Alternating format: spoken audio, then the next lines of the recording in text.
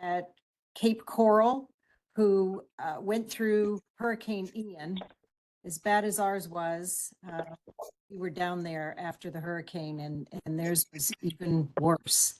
And Mike learned a lot of hard lessons, and he wants to share that with us. Hopefully we can navigate our way through it a little better than they did, particularly in regards to FEMA, regards to permitting and 50% rural building back, and things that cities can do now to avoid a lot of trouble. They went through 2 years of basically an audit with FEMA, and it was very difficult, but Mike's here to share his wisdom and hopefully keep us out of those pitfalls.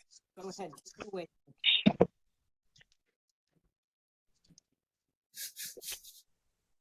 he is. Thank you for your time as well. Thank you so much. Thank you, Representative Cheney. I'm Mike Kilchizen. I'm the city manager for City of Cape Coral. Can you all hear me? Can somebody give me a thumbs up or some kind of notification? I can hear you good. Excellent. Thank you. Thank you. I have turned on the camera so you can see the team that I have here with me. This entire team has been with me throughout the entire process, and I have them here just in case there are any really detailed and technical questions at the end. But I'm going to introduce them to you. I have my emergency management director, Ryan Lamb, Wyatt Daltrey, one of our planners, Todd Hoagland, code manager, Brett Limbaugh, our development services director, Melissa Mickey, our communications manager, Maureen Bice, assistant to the city manager, Matt Grambo, our deputy development services director, Sophia Saez, floodplain manager, Terry Schweitzer, our solid waste manager, and Jane Kittendorf, building official.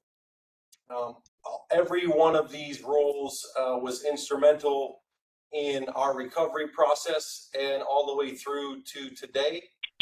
We do have I did produce an agenda to go through. It's going to take about 20 minutes to go through, and then we'll have some times for question and answers. I will tell you that we stood strong throughout our process with FEMA.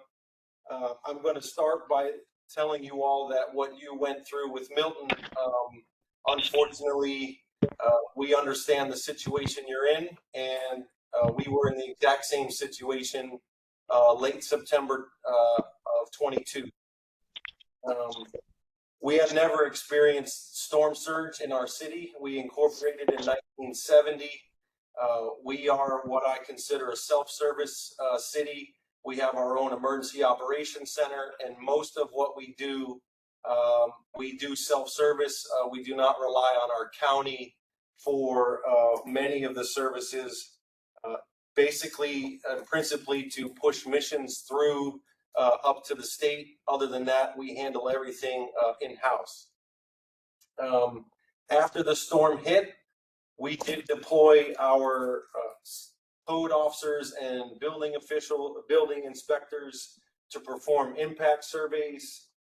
We did have a FEMA community visit, and upon doing all of that work, we opted for one of two potential options for getting compliance with the National Flood Insurance Community Rating System program. The two options that are in the guidebook that FEMA produces is that you can either go out and perform inspections, substantial damage inspections, or you can sit back and wait for your community to submit permits, and then you can perform a substantial damage estimate based on what they submit.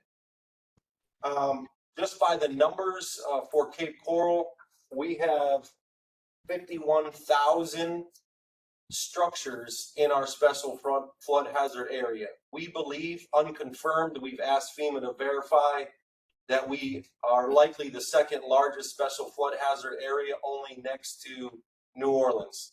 They are looking into that. We have over 400 miles of canals. Those canals fill up with surge, and then we wind up with storm surge coming back through our conveyances and up through our catch basins. So surge pushes into our city relatively easy, but at the same time drains very quickly. When we got into this process with FEMA, what happened was about 12 months after the storm, so the following October, we were notified that we were one of 23 communities that FEMA had identified as not being proactive in enforcing our floodplain ordinance or code in the city. And they wanted to do some additional work to see if we were compliant with the National Flood Insurance Program. Thereafter, in March, we started to receive calls from FDEM and from our state representative, Mike Lombardo, letting us know that FEMA and FDEM were having meetings, and they were going to be setting up a meeting with us on the concerns that FEMA had. We're talking about now 1 year post-storm. For some backdrop, it took us about 90 days just to get our streets cleared of debris so that we could actually get in and out of the neighborhoods and start to begin the repair process. What ended up happening to us and to all the other three cities and our county was we were notified on a Wednesday that Thursday, the very next day, we had to be on a phone call individually with FDEM and FEMA. We got on that phone call, and one by one, we were notified that we had large amounts of unpermitted work according to FEMA, and that because of that, they were going to be sending us a letter basically telling us that they were retrograding our community rating system from a 5 to a 10. We were stunned because we thought, to the best of our knowledge, we were following FEMA's rules, and we had chosen one of the options that were available to us to be compliant. The NFIP process, as you know, the CRS is optional. It is not, the CRS process is optional. You do not have to be a part of it. We do have a community south of us in Collier County, Marco Island, that opted out of the CRS program. We have chosen not to do that. So what had happened was FEMA came in and started analyzing, basically sent us a list of properties that sometime throughout the 12 months between the notification and the storm, unbeknownst to us, they had sent FEMA personnel on the streets and were taking pictures of properties in our special flood hazard area. After a year, they sent us those property addresses, and they asked us to submit to them a list of documents. They wanted code cases. You guys will have to probably get the grip back. They wanted any type of demolitions, substantial damage determinations, and it was on us to prove to FEMA that we had done one of those 4 options to the property. I will tell you that we submitted what we thought was a complete packet based on what we knew about the properties that they sent us.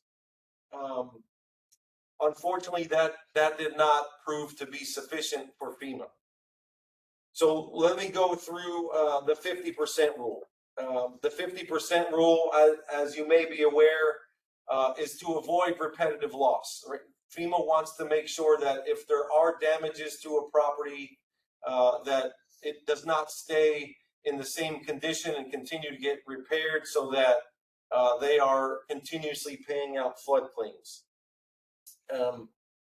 if a property was substantially damaged, what FEMA was looking for was that we documented the entire cost to repair the property to pre-storm conditions, not the cost of permits. I will tell you, one of the things that we are seeing right now from other cities up around Pinellas County and Hillsborough is what the immediate reaction is to be compassionate and to find ways to get residents in the special or businesses in the special flood hazard area back on their feet quicker, is to put out messaging that permits are not required for certain levels of work, albeit 200 or 500 square feet of shingles or less, or drywall repair, or minor, soffit and fascia, painting, tiling cabinets. If you look in the guidebook and if you look in what is required under NFIP, all of those repair activities require a permit. And what happened to us is a lot of those permits were either self-performed or they were done by a contractor who told the owner that they were going to pull a permit and never did. Or when they did come into a permit, they only submitted documentation for what they were contracted to do. The NFIP substantial damage, substantial improvement worksheets require cities that are in the CRS to consider all elements that are related to repairing that structure to pre-storm to be included in the 50% rule. So what happened is a lot of our stuff was daisy chained. And so the 50% rule for substantial damage, there's two components, SD and SI. The substantial damage calculation always ties back to the event. And so we had many situations where the roof was repaired, but the owner was still fighting with insurance and had not done their carpet or their drywall or their cabinets, or they didn't do anything because they were trying to just sell the property and cash out their NFIP claim and leave. One of the things that FEMA looked at when they came in was the level of documentation we had in issuing the permits, and really dinged us on our process for trying to be proactive in letting people rebuild, but not quantifying the entire cost to repair versus doing the individual costs. And every time that you issue a permit, they were looking for the SD, SI calculation on that specific permit and what percentage it was to the 50% rule. So if the first permit was 30%, when the next one came in for the next piece, they wanted to see the next one and the cumulative calculation that remained under 50%. And they wanted to see affirmative letters sent to those owners on whether or not they were substantially damaged or could continue with the repair. We did have properties that were substantially damaged. We had multiple, we had elevations being raised, we had demolitions in the city. They wanted to see those letters, even if the end result resulted in the owner revoking their permit applications and ultimately submitting a demolition permit. Us just giving them the demolition permit was not considered compliant, even though the end result was compliance with the program. They would check and see if people were still in those houses. Another thing that came into on the 50% calculation was where we were getting the appraisal for the property. Our property appraiser in Lee County created a tool for all properties in Lee County where he created a letter that actually took the structure value of each property and then he was able to justify removing some costs, which actually increased it, I think, by about 7%. Initially, FEMA fought him on that, and he ended up pushing them back, and that was deemed to be acceptable. That letter was sent to every one of the residents in Lee County, and then there was a website created where all of my staff could get a hold of that letter to utilize it if the owner themselves did not get their own independent third-party appraisal.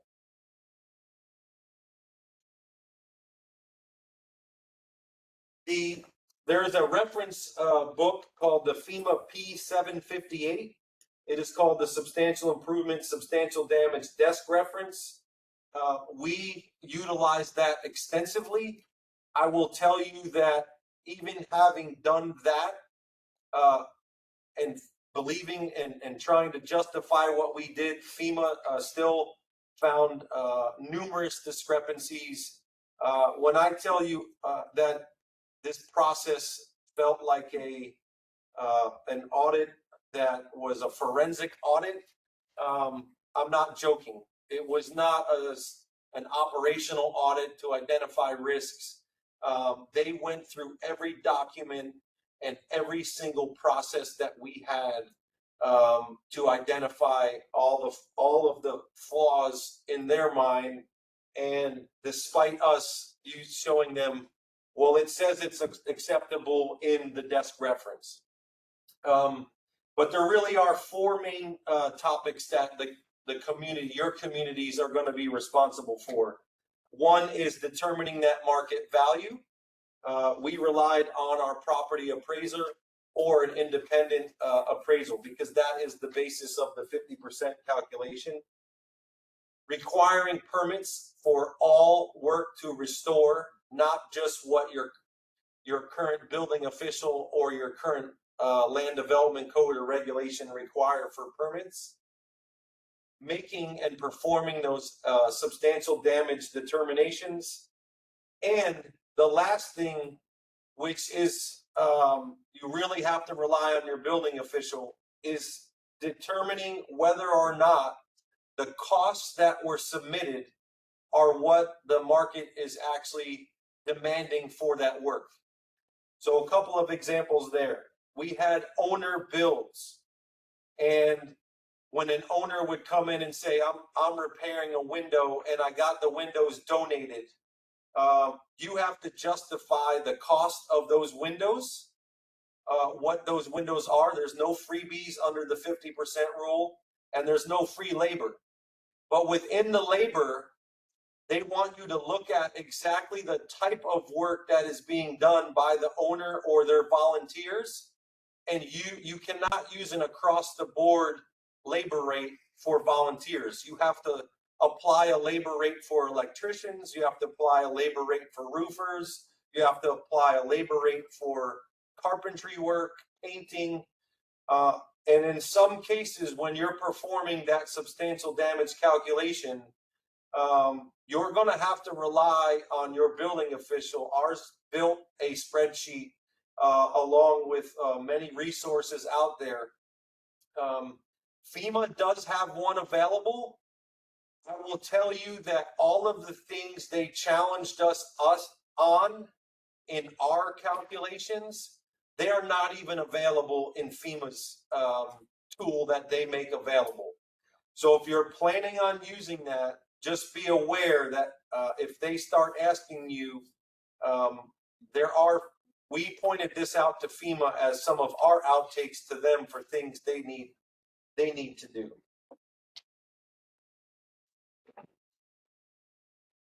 In permitting, I mentioned this before, all development activities in the special flood hazard area to the structure should have a permit. There are very few exceptions that FEMA provides, and in that desk reference section, we put the sections in the agenda out, 7.92, 4.4, and 7.7. Basically, if you're not doing a temporary muck out cleaning, roof tarping, or basically blocking a window, any other repair to that structure should have a permit. And that is in direct conflict with most of what the communities try to do, which is say, repair your home, get it back to as much as you can, and start looking at, messaging out, you don't need a permit for this and that. Again, there are two options for communities to document the work. This is the one that we really push back on. FEMA has a program called the 1206 program, which is good for 180 days. It will allow you to submit for substantial damage inspections and floodplain reviews. I will tell you the biggest failure for the city of Cape Coral was our mission under 1206. In the very beginning of our meetings with the district administrator for FEMA and all of his staff and all of FDEM, they were coming to us saying, you guys should have submitted for 1206 assistance. It's fully reimbursable by FEMA. I will tell you that we had a mission that was approved by the county and approved by the state. Responses from the county and the state telling us that our mission was approved and directed us not to contact any other municipality for mutual aid or the state or FEMA, because they were going to be handling sourcing the inspectors for us. And that mission went unfulfilled. We went over a year without any inspectors under the 1206 program. So a big lesson learned there is once you submit your missions, please have somebody regularly checking on the status of your missions, because us showing FEMA and FDEM that their own staff at FEMA and FDEM acknowledged our request for 1206 inspectors to help us and telling us to not pursue external resources was not enough for them to accept the fact that our alternative method of then having to wait for people to submit permits was not enough to get them to stand down. They really want you all in the streets inspecting every single home for damages. I want to give you some quick math based on what happened to us the last 6 months since March. It took us 30 days to do a full-on damage inspection, code case, and full research on 204 properties. We have 51,000 structures, properties in our special flood hazard area. In order to get FEMA comfortable that they would not retrograde us, if we had to do that level of inspection on all 51,000 structures in our special flood hazard area, it would take us, based on what we were able to accomplish, 204 in 30 days, 7,600 days, or 20 years worth of work. The resources, the demand on resources is immeasurable. I cannot tell you what it took to get FEMA comfortable to not retrograde us, and we're not out of the situation yet. Right now, we're in a situation where FEMA has pulled retrograde off the table, but we are still pending a determination next month in November on whether or not they would put us on probation, which would, instead of resulting in the loss of our 25% discount, would wind up being a $50 surcharge on every policy in the city. Going back to the agenda, item 8, what costs are included in the SD determination? Again, everything. They want to know that volunteer work, owner builder work, donations of material, all of those, whether or not the owner submits to you an invoice from a contractor, you have to include all of that work in making your 50% determination. Clarify, everything that is structure, so painting, faucets, but sheds, pool cages. Yeah. Don't count. Anything that's an ancillary structure, a seawall, a dock, sheds, pool cage, anything that is ancillary, just to clarify, yeah, thank you, Ryan, those are not, but anything to the structure itself must be included. So what I would recommend, going on to number 9, what should you all be doing now? The first thing I would recommend is, if you do not have the resources based on the size of your city or county to inspect every home or business that was damaged, please submit a 1206 request mission through your county and to the state. That may take a while. For us, it never came. So if you can, get a hold of your code department and your building staff. We, for Milton, we ended up pairing up a code and building staff, and through a week we didn't receive as much damage as Ian, but we were able to perform, I think, 40,000 inspections to date. We did every structure. Oh, we did get there? Okay, so as of today, now we're at 104,000. But pictures,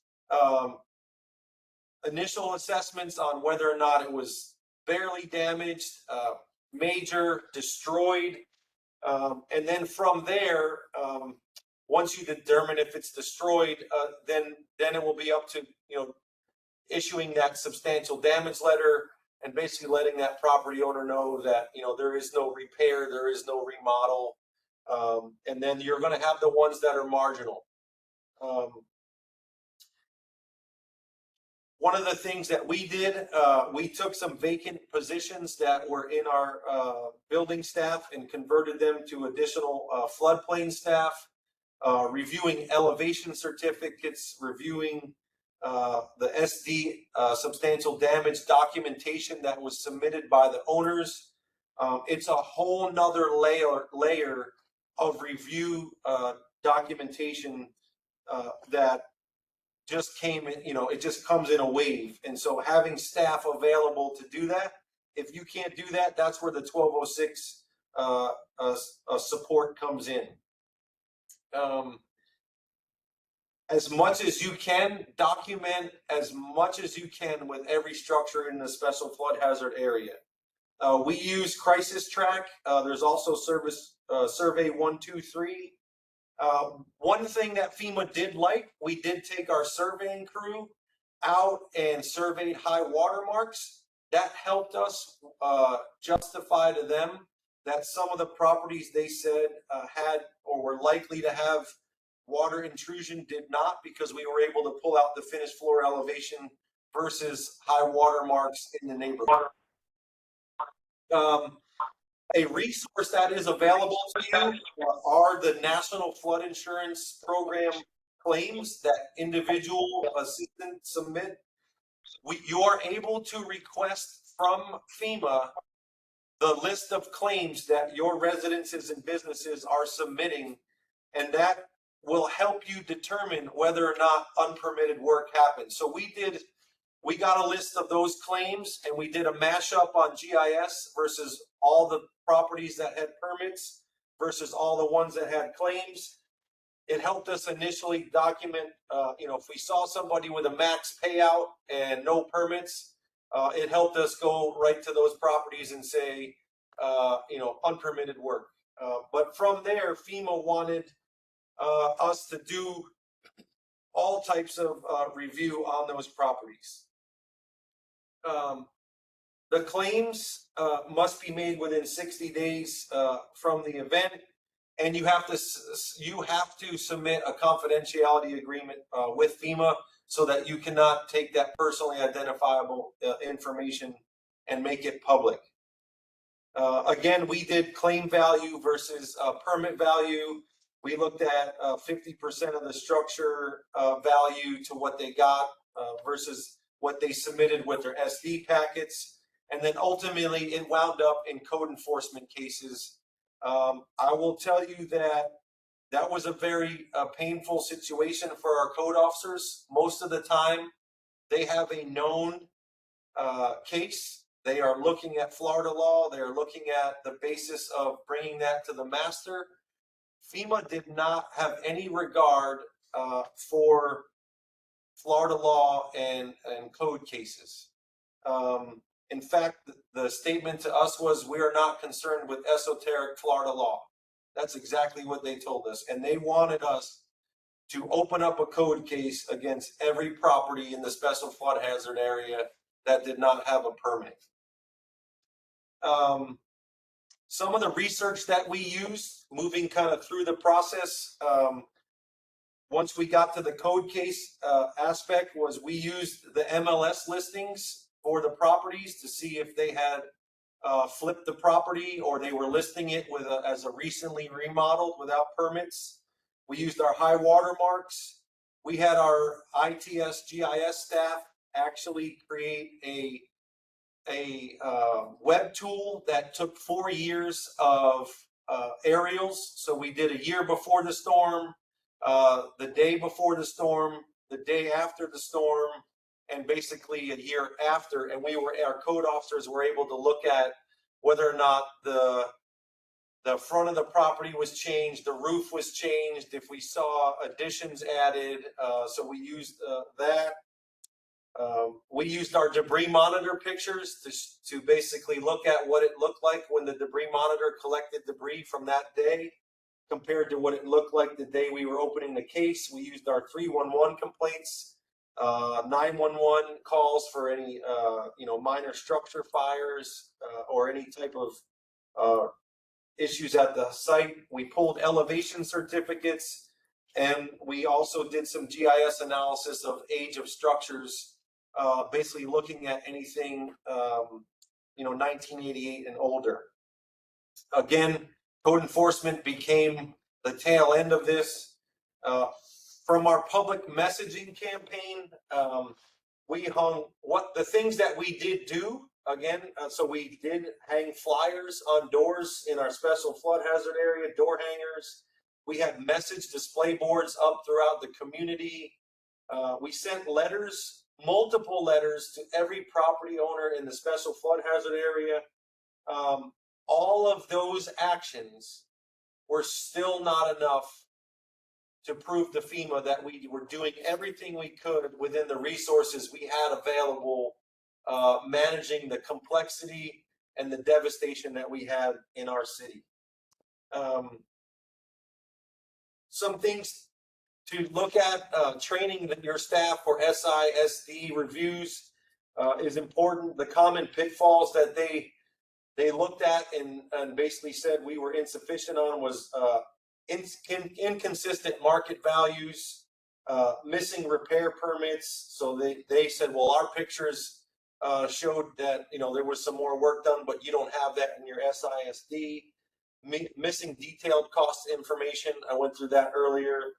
Low and inadequate labor costs. That was where homeowners were trying to use deflated costs. Permits issued without the total repair. So they want to know that you're looking at the total costs. Again, we were kind of like daisy chaining. We issued some after the fact permits because homeowners, once the FEMA issue for the retrograde hit, homeowners started coming up basically saying, okay, we don't want to be a part of the problem. We want to be a part of the solution. They said that our after the fact notices of violation with the code cases should have been done a year earlier. And again, we tried to say we asked for help for boots on the street. We didn't get it. So we were stuck kind of waiting.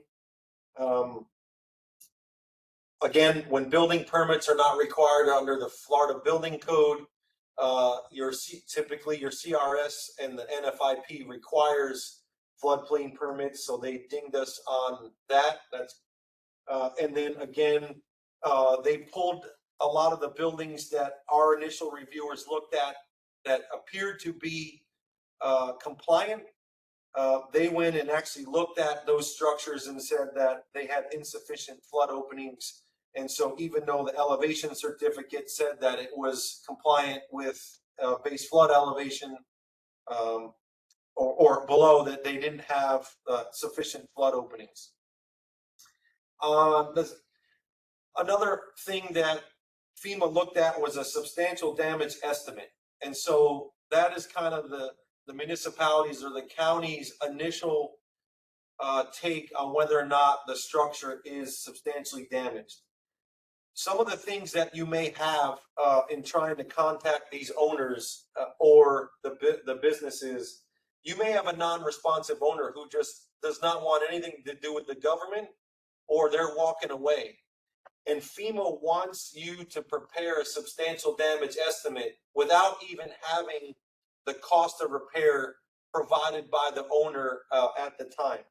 They want you to proactively make that determination now before it gets any bigger, or the owner has an opportunity, and they want you to let them know that your community believes that they are substantially damaged. They also have a bias in that the role should be to doubt what you're provided, use your own kind of information to verify, but not just to accept what's provided. Again, their estimator is clunky and doesn't really have all the things they asked us to provide. And so we developed our own. Again, they want you sending out the SD letters. Now we're in a situation where we had to submit a corrective action plan. We are having to follow up on all of our substantially damaged properties every 90 days. We are making sure there's no more unpermitted work. We're having to monitor any change of ownership so we can reissue the code case. We've issued permit holds on all those properties. You will have situations where the owner is not doing any work. And so when FEMA came to us asking us for documentation, there was none to provide. But in their mind, that was not sufficient. They wanted us to provide the substantial damage estimate, and they wanted us to provide the code case that basically forced the owner into compliance. It's a very forward-leaning posture. It is not a sit back and wait posture. We have property owners that are selling as is. Now there is some new state laws that if a property was flooded, there's some disclosure there. So we're getting some help from the state in that regard, as well as there are owners who are doing unpermitted work and selling, flipping. We had some businesses that bought the property from an owner. They turned into a short-term rental, and we are literally bringing short-term rental businesses before our code master with all the information. And again, FEMA is regularly checking on making sure that we are now following a very aggressive process. Lastly, there's the last step in the process that we have not gotten to yet, correct? Right? Oh, we're there with some properties. If you have owners who are just refusing to be compliant, you have to move forward on a 1316 process, which is basically moving to kick them out of the National Flood Insurance Program and basically making only available to them third-party insurance. It basically is the government basically saying you've not done your job, and now it's time for you to move along and go to the private market. We do have some of those in our city. And then lastly, FEMA has asked us for a substantial damage action plan. We submitted that to them. Again, we are waiting for them to notify us next month whether or not we have done enough to avoid probation and the $50 surcharge. I made it very clear to FEMA in the beginning, and the state, federal, or the state the Division of Emergency Management, that I thought that if everybody knew we should have had help from 1206 and they had time to send inspectors to our city, that they could have provided that technical assistance early on in the process, and it would have helped avoid where we are today. And my commitment to Representative Cheney and to all of you is that we are here to help you, and our goal is to make sure that no other city has to go through what we went through. We are Florida strong, and Cape Coral is here to support you all, and so that's why we're taking our time out to help you all and anyone else. I will share some contact information for all of my staff.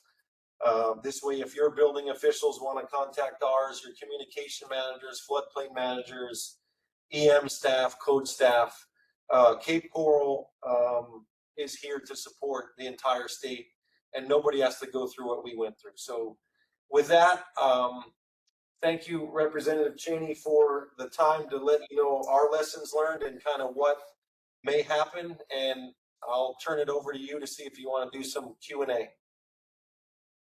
Yeah, I would. I'd like to open the floor to everybody. And I've been getting some text here, and I'll relay some of that first. And it was that at one point it sounded like you went through all of this, which also was very difficult on the residents, all of the permitting, all of the inspections, kind of feels like kicking them when they're down. You went through all of that to prevent a downgrade, which equated to $50 a policy.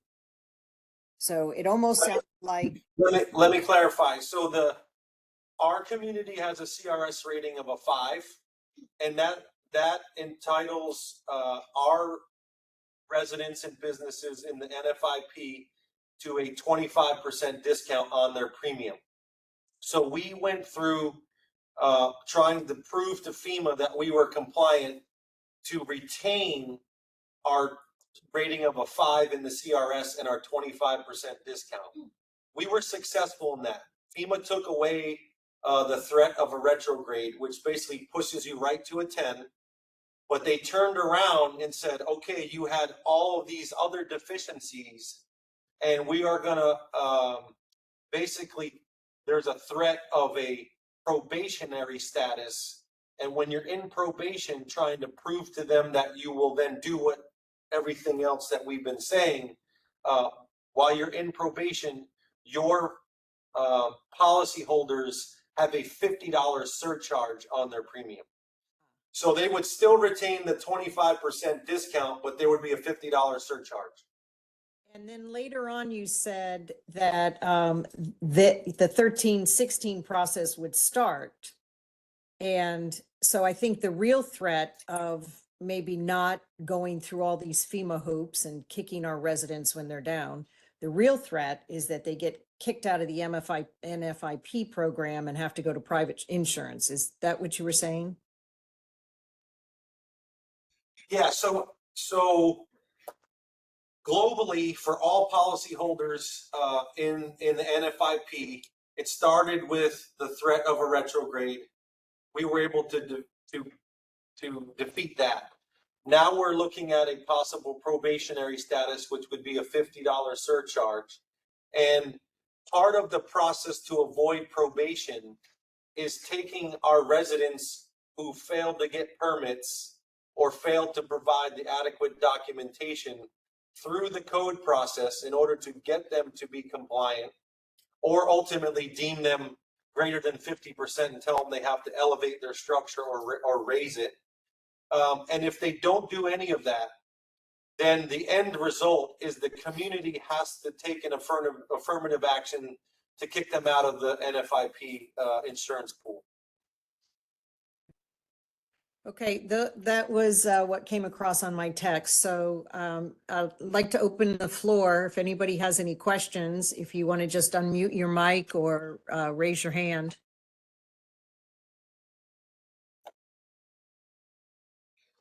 I do see one in the chat. It says, what source would you recommend? Where did it go? Oh. What source would you recommend to use for market value of repairs and labor? I want to let our building official, Shane, answer that. So there's multiple methods that you can take. You can utilize RS Means. There's a multiple amount of websites that you can go on to.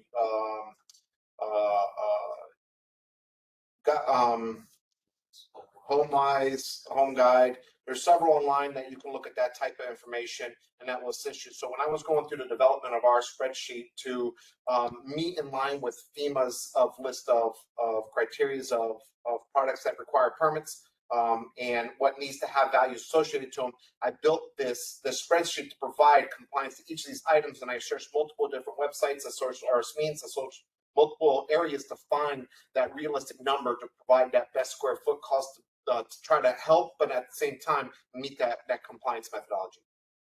And FEMA has accepted our Yes. substantial damage estimator. FEMA has reviewed it, and they have accepted that estimator as a guide to utilize for all our properties. If you haven't printed it out, I would recommend everybody print out one of these manuals, and then it references that. As far as the labor cost, they wanted to make sure that we just didn't have one set rate of like $15 an hour for labor, that it was broken up. If it was electrical work, they wanted to have what the standard local rate was for an electrician in that area, even sending us stuff from the Department of Labor, what that should look like. There's a question on there. How soon should you issue repair permits? So as soon as your residents are prepared to submit for permits, whether they have a contractor or they're going to do an owner build, you can issue them right away. The issue is FEMA is going to want to see when you review that permit, if it's in the special flood hazard area, they are going to want to see the substantial damage documentation that was submitted with the invoices or the estimates, and they want to know that you've looked at that house or that structure and you have totaled up all of the work, not just the permit that's being issued. Because their assertion and what they say is if it was 52%, you should not have issued that permit. So they want to know that you're looking at the total cost of repair at the very first permit that came in. And what's going to happen is some of your residents are not going to be ready with all of the other work that they need to do. And that's where you have to then use your own estimating tool for the labor costs and the repair costs. I would also chime in on that is a lot of cities will push and rush to start issuing permits immediately. We found that as a challenge as we went electronic, we have electronic, people can submit in online, but since there was such a push online, we went paper permit, and we had 5,622 paper permits, which created a massive inundation and backlog of data processing versus really turning off all your normal day-to-day permits, going straight to only repair permits for specific types of projects to try to help get people back in there.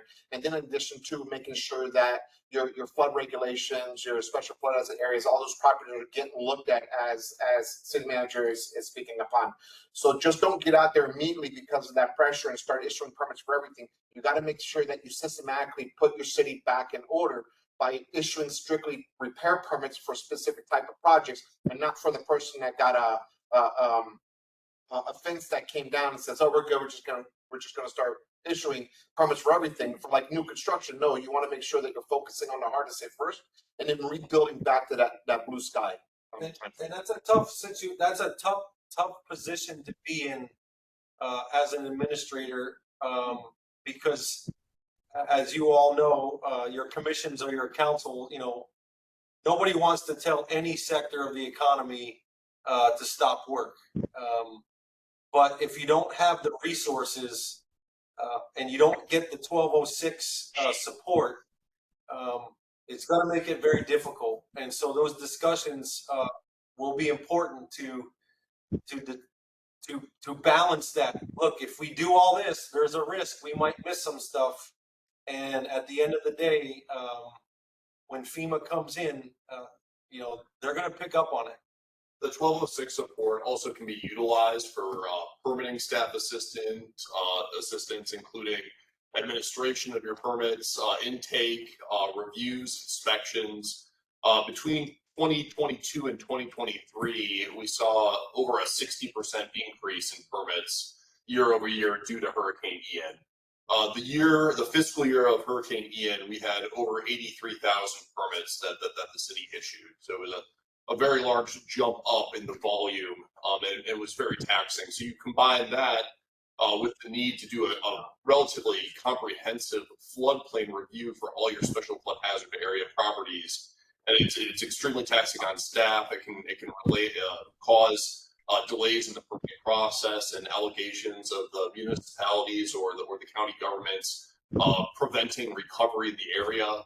So it is a rock and a hard place situation, and having the 1206 opportunity for full reimbursement, not just for your initial substantial damage inspections, but also for permitting assistance, plan review assistance, and inspection assistance is really critical, so that you can scale up for the increase in volume over the next 12 to 16 months.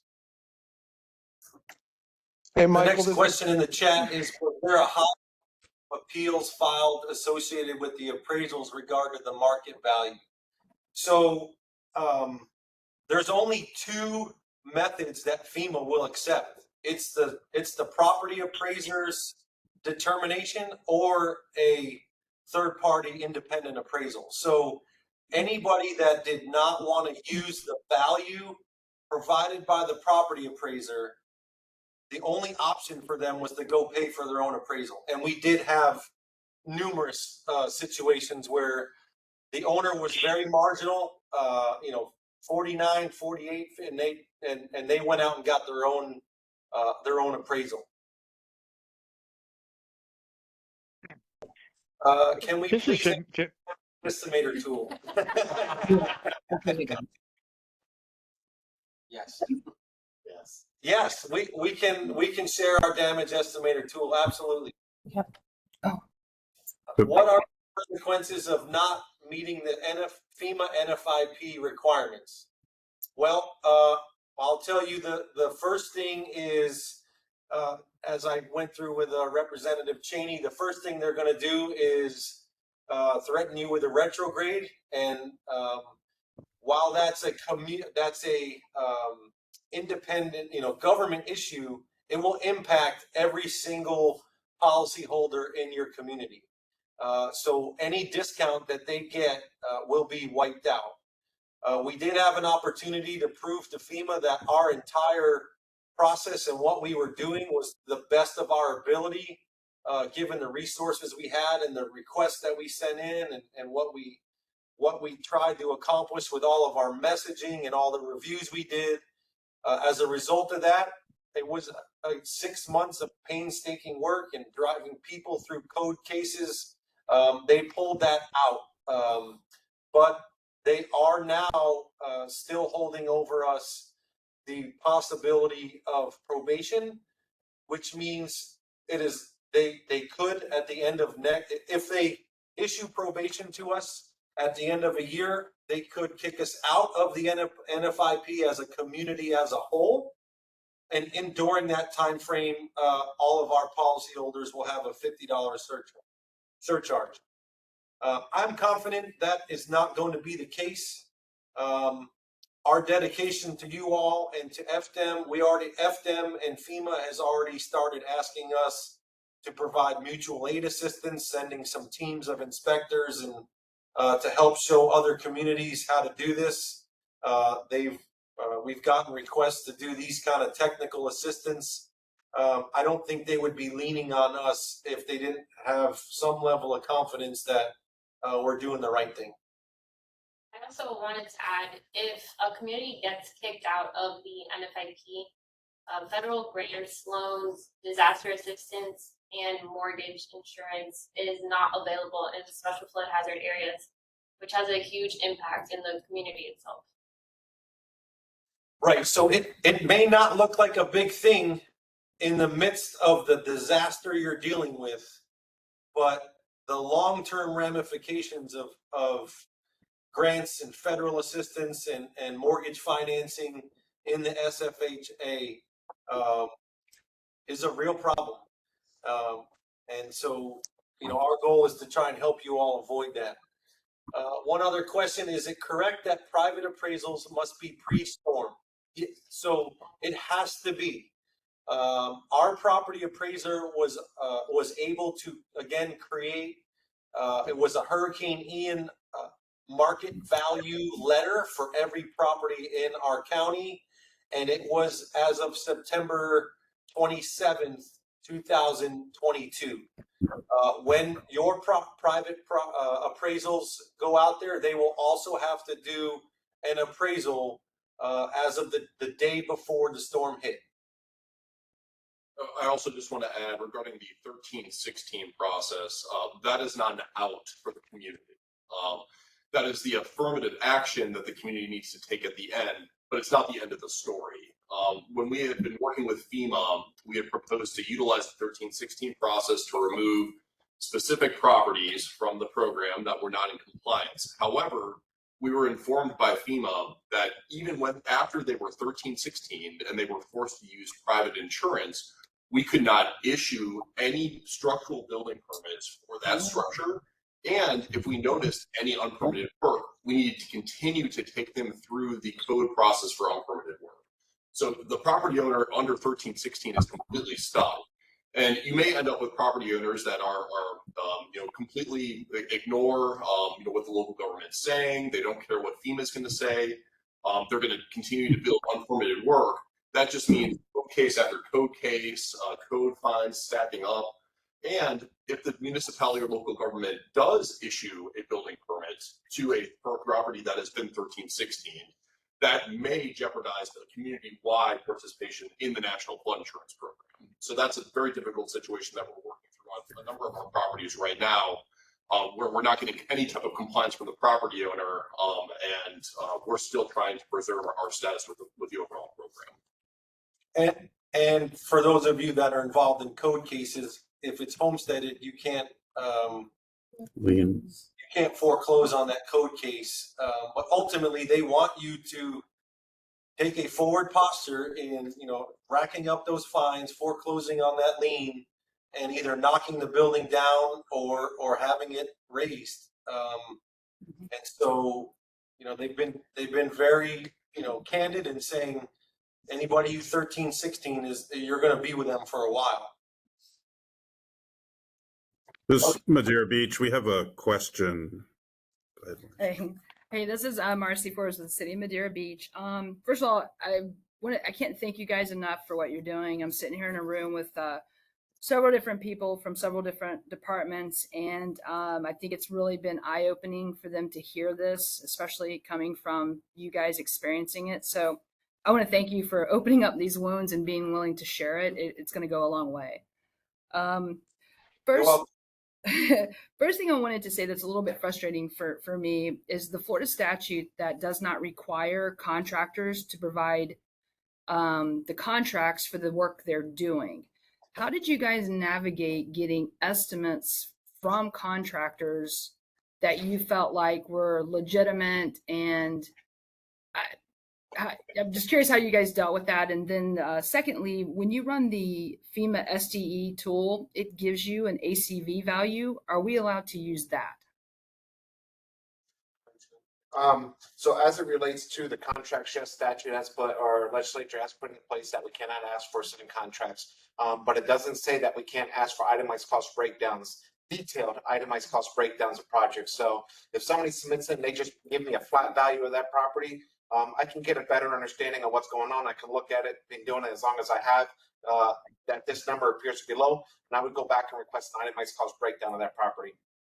Upon that information back, I take that information, I look at it, and then I run my assessment on what I feel that property would, or that scope of work through my assessment calculator, and I can get a better understanding in relation to the scope of work of what's happening there to see if they're comparable at the end of the day. Again, there are variables in there. I try not to, be hard on it, but I look at and see, are you within that realm or that area of where, yes, we can't justify those costs of compliance. Right there. For the second part, you were asking, When you run the substantial damage estimator tool and you put all the information about the property, when it was built, type of construction, at the output of it will include an estimated, or the ACV. It gives you an actual cash value based on the data you put in, and it provides assigns a depreciation to that as well. We found that came out to be higher in most cases than what's in the property appraiser. So we assumed, since it was being generated through that tool, that in lieu of the property appraiser letter or in lieu of requiring a private appraisal, that we could use that as well. But you're only identifying two options. So I was just curious what your thoughts were on that. We don't use that tool. I would refer not to use that tool. I would refer to, from your property appraiser itself, that just value, or have them get an appraisal from a licensed appraiser. Alright, Okay, can I thank you. Listen, let me preface this statement. We have documented emails and mission requests to FEMA and FDEM that still were not good enough to get us out of this situation. So you can ask your FEMA rep and FDEM if you can use that. At the end of the day, if they say that was higher and that you should not have done that, what's your answer going to be? Exactly. Yep. Nope. Trust me, when you guys started talking about all the due diligence you had done in the beginning, that was probably the most jaw-dropping thing for me, is to realize all the effort that you guys put in, all the documentation you had, only to be told to go pound sand it. That was pretty eye-opening. We went through some pretty significant emotional roller coasters because I know I would put this team up against just about any team out there. And I just said, there is no way that other communities somehow did way more than we did. It just made no sense. I put in multiple records requests to FEMA. They threatened us with $50,000-$60,000, to get information on who else they were looking at. I called the other cities in our county, and that there were two that did not wind up where we wound up. And literally the only thing different that they did from us was, throughout the process, they were notifying FEMA of every step in the process. And we didn't have the time to do that. So to And they them, probably weren't even reading it. didn't do They anything. probably weren't reading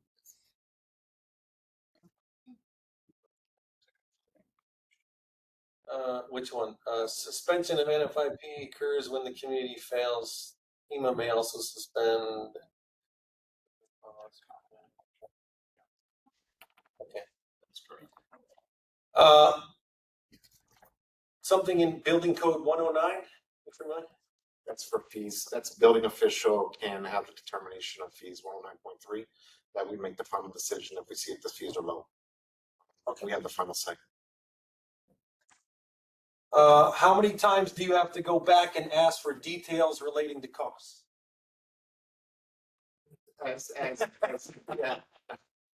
our floodplain manager Sophia put it, as many times as it takes to get the information necessary to determine sufficient documentation information to say that yes, we are comfortable with the information as provided, to determine the scope of work is accepted to move it forward. And you will have very frustrated residents that are saying, well, this is what my contractor gave me. This is all I have. What do you want me to do? And it's unfortunate. Please address look back. Cape Coral had 5 years, and post-storm reset your clock. Absolutely. Okay, so there's two parts of the 50% rule. There's the SD, and then there's the SI. The SD is substantial damage. That always ties back to an event.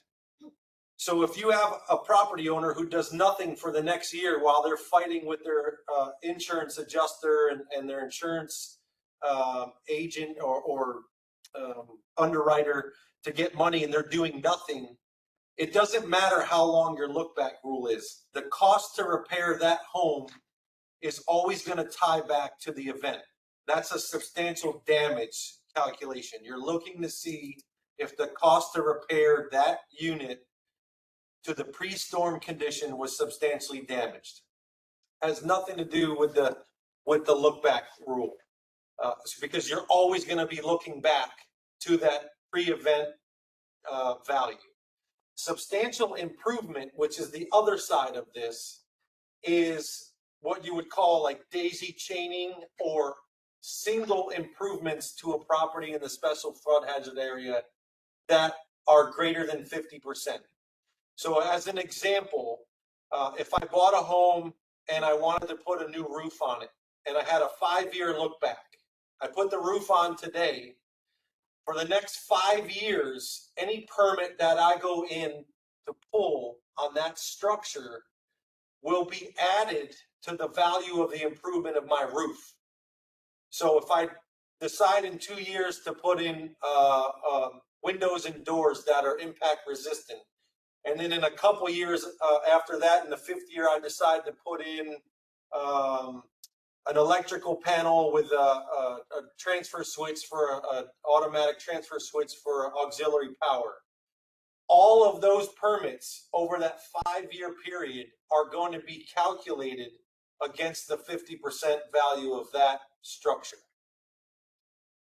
So what happens with a 1-year, 3-year, 5-year look back is you get more points under the CRS rating system if you have a longer look back, because you are basically trying to get that structure into compliance with the National Flood Insurance Program sooner.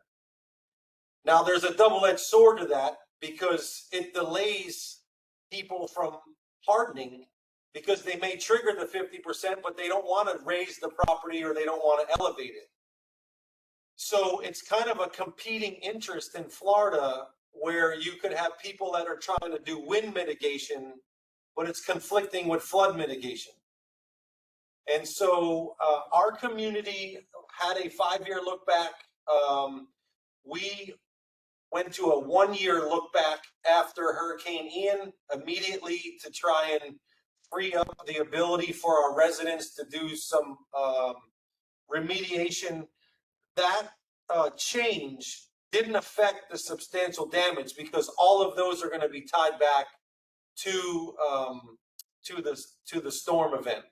What it did change is anybody who didn't receive the storm or the flooding that was just outside of our storm surge boundary, who, let's say, had to do some work, they could do that without triggering the 50% rule. We did lose points in our CRS rating on our recertification, but we were strongly enough in a category 5 that it did not drop us to a 6.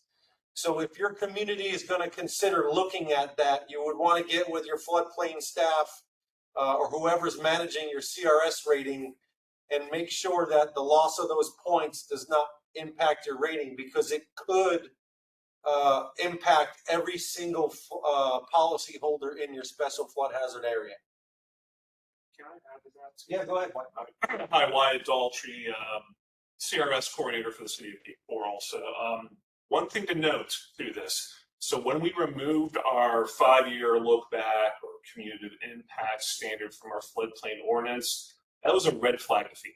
So if that is something you are considering, be advised that FEMA, I think wary is probably the best way I would describe their attitude as they view us, to make sure, because they think the community is going to try and skirt by their 50% rule. In fact, I believe we were in a article back in mid-2023 that more or less said, Cape Coral is trying to skirt by the 50% rule. So while we did this with the best of intentions, and the impacts of the CRS were minor, I think we lost 40 points, which is just it's a pin drop when you're in the middle of a class 5, as we were, is going to be the kind of thing that's going to raise scrutiny with FEMA. It's going to make them think that your community may be trying to play some funny, some funny games with the 50% rule. So I would strongly suggest that you think very hard about making those types of changes and having those conversations with your councils and your upper management staff. Yeah, ultimately that, that's going to be a board or that's a policy decision. But they're, these are discussions that, you're not thinking about when you're trying to recover from a major disaster.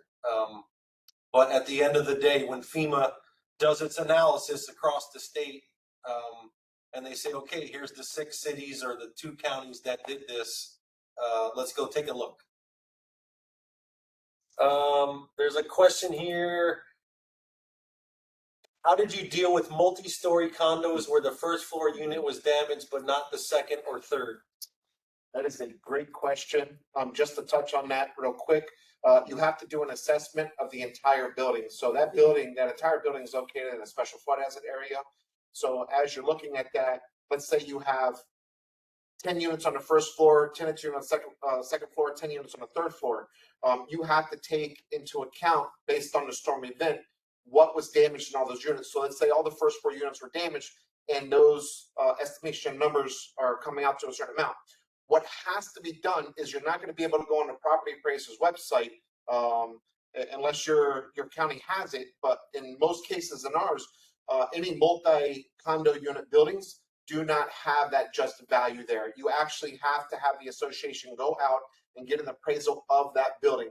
And what they would end up doing is they would take ultimately an average of each of the units and they would put it all together and provide that rounded number. So that being said, you have damage that occurred on that first floor, no damages on the second or third. The likelihood of triggering that 50% would be minimal. But let's say you had damages on the first floor, or you're facing right at the ocean's edge and you have wave action and it affected the second floor, or you had a wind event that affected the second floor. Potential likelihood that you may trigger that 50% is more likely. You have to take each unit. Let's say people start applying for permits specific to each of those units. You have to take those numbers into account. Again, as city manager alluded to, daisy chaining permits, you have taken those individually units, but you have to start adding them together and notifying that, yes, this building was adversely affected. And each unit that comes in for necessary repairs may trigger that number or value to trigger that 50%. So everybody has to have that understanding in advance when you're in a multi-unit building, especially those lower 1 stories, 2 stories, and 3 stories. When you start getting over that, the likelihood that triggering really drops down substantially. But just pay attention to that. And that's one of the reasons why, even though it is an approved process in the manual of actually waiting for the unit owner or the homeowner or the business owner to come pull a permit, they are not looking at as acceptable. In fact, they told us, well, that we're going to change that. And we were like, well, that's not the policy today. To that point, if you're issuing permits to 1 unit out of 7 or 8 or 10, and you haven't looked at that building or that structure in the street and taken pictures to verify what needs to be done, they're basically looking at you as not being in compliance because you haven't done a substantial damage estimate on that building and whether or not you should have actually even issued that permit. I really highly recommend reaching out to your condo associations and all of your municipalities and to do some outreach on 50%. This is such a great question and is an issue that we've had to face multiple times during this exercise. And there's just a lot of confusion, a lot of hesitation to get an appraisal for the entire structure. The earlier you engage with your HOA associations and all of the HOA board members, host a training, host a discussion about this, the more coordinated you can have your partners in these HOA associations, the easier it's going to be for all the unit in those complexes. Debris and demolition is listed in things that make up the 50% rule limit. However, documents say it may be excluded. In the desk reference, section 442 talks about costs that may be excluded from SISD determinations and trash cleanup, trash removal. There's a number of things there. So I would go back and reference the document. Can you clarify, does a substantial improvement pre-storm get added to the substantial damage calc if it's within the look back timeframe? Does a substantial improvement pre-storm get added to the substantial damage Well, calculation? while they're thinking through that, so we did have properties that did a substantial improvement while they were repairing the property, and we were able to get FEMA to separate the SI calculation from the SD that was looked back to the storm. Do you understand what their question is? Yes, actually, this is what I can run with. So the answer is it depends on how your floodplain ordinance is written. In Cape Coral's case, we counted everything within 5 years. So if it was SI and the substantial damage, it was blended together, which was part of the reason why we got rid of our look back requirement. Okay, so if there were substantial improvements that were sitting there, and then they were now doing substantial damage, our ordinance required us to sum. It's all I work got it. performed on that. So that one will be specific to your specific floodplain ordinance. Please address sources for depreciation estimate. I think that's really an appraisal. That's really an appraisal. I don't think I have anybody on staff that would be something to discuss with your property appraiser or the independent appraisals. We did exclude debris and demo. You know, debris, if we're talking debris around the property, you're talking debris as contents inside the home, we don't include that, but we do include demolition of the construction aspect of I it. thought that was. Yes, no. Okay. Yeah, if it's the demolition cost, that would be a cost included to repair it to the structure, to the storm condition. We had 2 storms back to back, added all together. I would talk to FEMA, because FEMA, there's communications that's happening right now that FEMA is talking about, including Helene and Milton as one event. So pay attention to that, since it's happened in the same year and it was so close together, 2 weeks apart from each other. FEMA may be combining it into one event. And I can't overstate the importance of the NFIP claims data. If they made a claim from Helene, and if they made a separate claim for Milton, that would be really important to watch. But that claims data is super powerful as you work through that process. And be specific when you're putting that request in, specific to Helene and specific to Milton, to make sure that you're requesting the appropriate data. We're requesting it every 7 days. Because they have 60 days to put it in. So that way, if anybody puts one in, you get to know now anybody who's got that in there. And actually, that reminds me to bring this up. Most of you probably, I would hope all of you have what's called an Information Sharing Access Agreement, the ISAA. That's an agreement between your community and FEMA that permits the sharing of what they call PII, privately identifiable information. That agreement is kind of the standard by which you will request data from FEMA. FEMA does not offer this data to you. You would hope they would do that, but I'll be generous, they're busy. They're just not going to offer you that. So you need to ask for that data. While you're at it, if you're performing things like enforcement activities, sending out billing and inspectors, that's based off of this data, you'll want to amend your ISAA to include all the people who are able to look at this data. When FEMA gives you this data, they are going to probably scare you, because they're going to say this is based on the Federal Privacy Act of 1974, and if you issue this information out to the public, you're subject to third degree felonies. So you'll want to be very careful with that data, but that's how you do it. Have an ISAA, expand the number of people that you need to be able to access that information, and then knock on FEMA's door. We do it weekly. I'd suggest doing the same thing. I added on our city, everybody in this room, as well as the building inspectors and the code officers. FEMA actually halted our approvals at one point because we were up to 50 individuals, and they said, we don't think we're allowed to approve this. And I said, well, if you want me to do what you are saying we should have done in the 6 months after the storm, when we were digging out of the rubble, I need 50 people approved, and ultimately they did it. Mike, when we spoke before, when we were talking about setting this up, you touched on something about permitting requirements must be outlined in disaster recovery plans in the floodplain management section of the city codes, and that the cities could amend that now. Can you address that? I might not have that quite right. So our floodplain ordinance requires applications to the floodplain administrator for all development in the special flood hazard area. So that's what ours says, meaning that if they're doing work in the special flood hazard area, they need to submit a permit application. So that is separate from the Florida Building Code.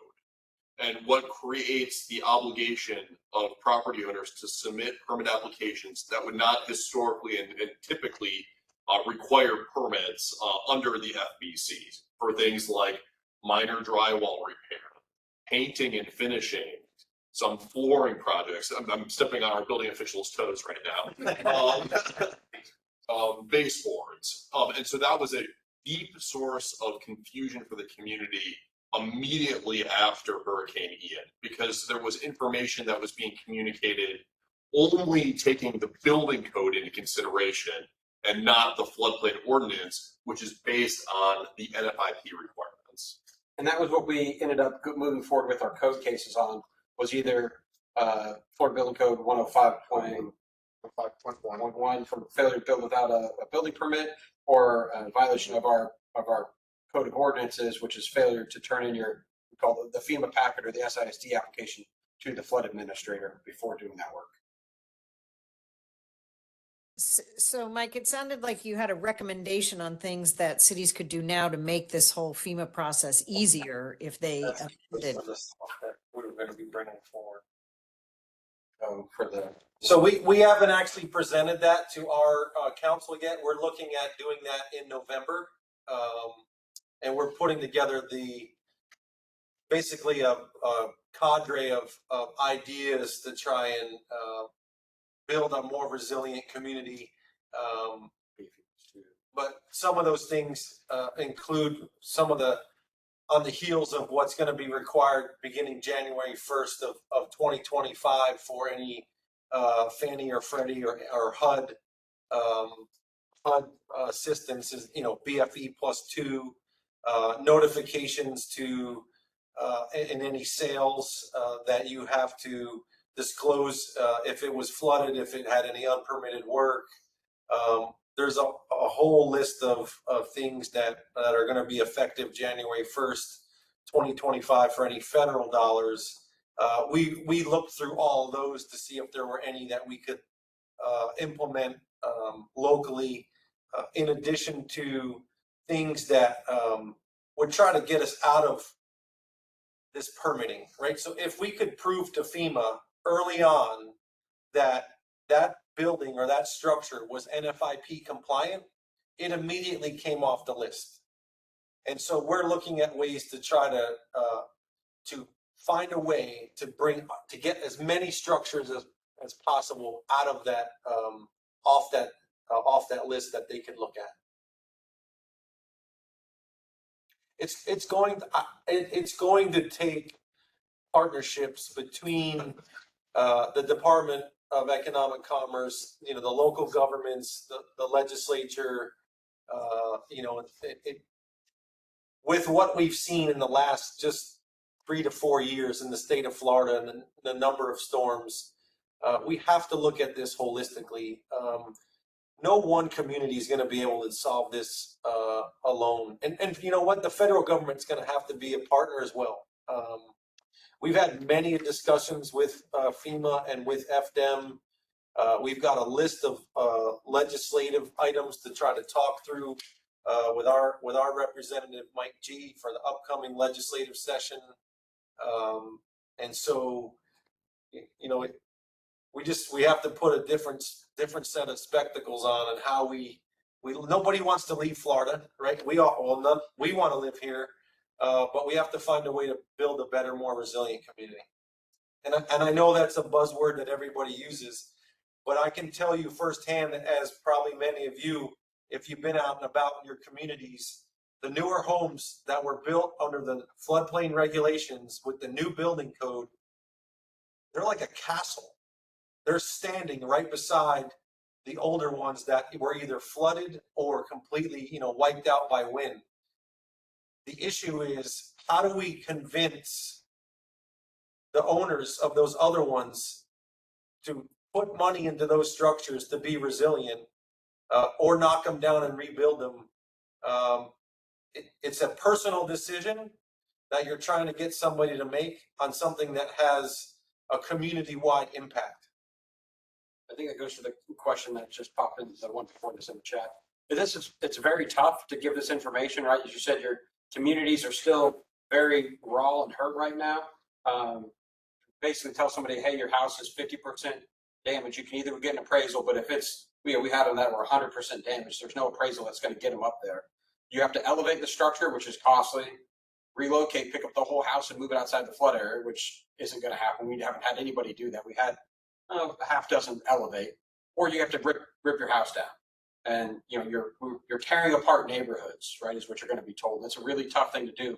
But at the end of the day, these are FEMA's rules that we're here to, unfortunately enforce. The only solution that I've seen is Marco Island. They backed out. They just said, we're not playing in the game. I'll let all of our residents get private market insurance. The Florida Building Code still has stuff.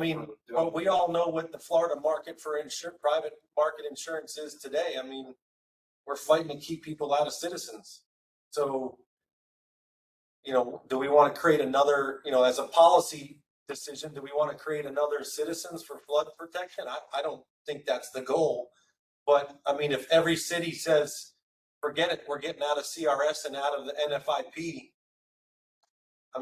where do we go from there? Melissa, you got any recommendations for communications that really resonated, or ways to get communications across?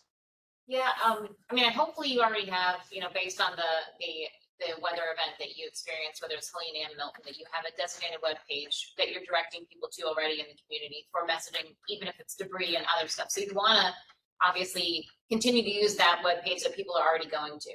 If you haven't already been messaging stuff out on permitting, definitely look to our website at capecoral.gov and look at some of the permit related press releases that we've just sent out regarding Milton just this week. I would definitely encourage you to go there and look and utilize that verbiage. Obviously, make it something that's more whatever is fitting to your specific agency. But that has been, we're trying to stay consistent. I work regularly with our county as well, so that our messaging, because they had the same issue, they worked with us through all of these problems with FEMA. And so we try to just maintain consistent messaging throughout other municipalities and the county to make sure that we are saying the things that basically FEMA will want us to say, but also that the residents can understand. And we may look like the bad guy at times, saying you have to come here for permitting, and then sharing it across all of your channels, social media channels. We do boosted posts, of course, and that kind of thing for our residents, but that really has, and also videos. We created a video that explained this pretty well over the summer. You can go also to our website and find that there. It's also on our Facebook page, City of Cape Coral Government. It talks about what you need to do if you live in a special flood hazard area. And it's a little easier sometimes for people to retain that information when they see it in a visual video, as opposed to maybe reading through a post or anything else that, people kind of read what they want to read and don't get all of it. But look at our stuff. I would encourage you to do that. It's probably easier to take something and work with that. I would also say that once you get a little bit deeper into the process, when you've started to make substantial damage determinations and you're notifying property owners that they're over 50%, even though you're going to be incredibly busy and taxed and all of your subject matter experts are going to be crazy busy working through the volume of work, it's really important to make time each week to meet one-on-one with your citizens. These are folks that have lost their homes. They may be relocating from places that they've lived for 30, 40, 50 years. This is a traumatic experience and they don't understand what's happening. They don't understand why it has to happen. So to set up appointments, get them in touch with staff members that you can know and trust to communicate this information clearly and calmly and to show some empathy to them. All of your team members are going to have to put their public servant hats on, as your team's already out in the field are doing.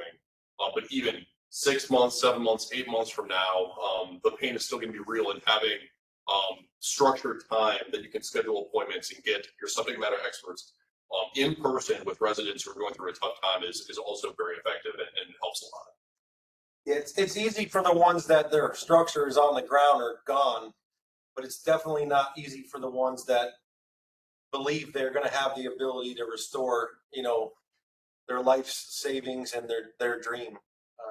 You know, we had residents crying at the counter and in disbelief. One of the other comments that was up there was about town halls. We did one, it was at capacity in our council chambers, over 250 people. One of the things we did there that I thought worked well was we didn't pass the mic or do an open mic. We did a presentation from council staff. We had FDM there and FEMA there as well. I lower your expectations there from the FEMA presentation.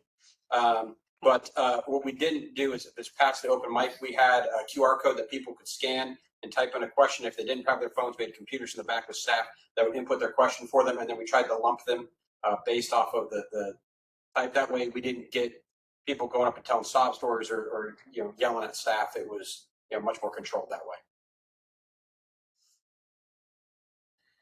So all of this we did, and we're still in the situation we're in.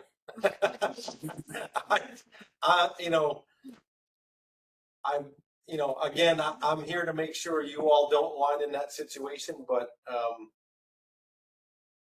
we're still fighting. My mayor came out very strong in the beginning, saying he had a quote that went viral around here. It was, "Make no mistake, FEMA is the villain here." And I will tell you, our relationship with FEMA all the way up to our district administrator has really grown. We probably have spent thousands of hours with FEMA since March of this year, which was 18 months after the storm. And my only thing is, if they had spent that much time with us in the beginning, we would not be doing what we're doing today. And, it didn't happen. But I do believe 100% that we are not going to be suspended. We are not going to have a $50 surcharge. We are doing these type of technical assistance discussions. Again, FDM is asking us to send teams of our inspectors to help other communities that have never had to do this before, to set up programs and systems. So we can do it. I know we can. Well, are there any other questions before we sign off? Mike, to you and your team, thank you so very much. We appreciate it. And I just want everyone, all the cities listening, to know that I've been talking with Congresswoman Luna and her staff. They've been invited to this. To Mike's point about trying to develop that relationship as much as possible, that's my goal there. To have the county, the municipalities, and FEMA all working together for the benefit of our residents as much as possible. So you've got that commitment from me. This has been recorded. If you are interested in the recording, please let Tristan, my aide, know. You can just put put it in the chat or just email him afterwards and we'll get it right to you. Thank you, everyone. Best to all of our communities in recovery. Absolutely. Thank you. Thank you. Bye. Good luck, everybody.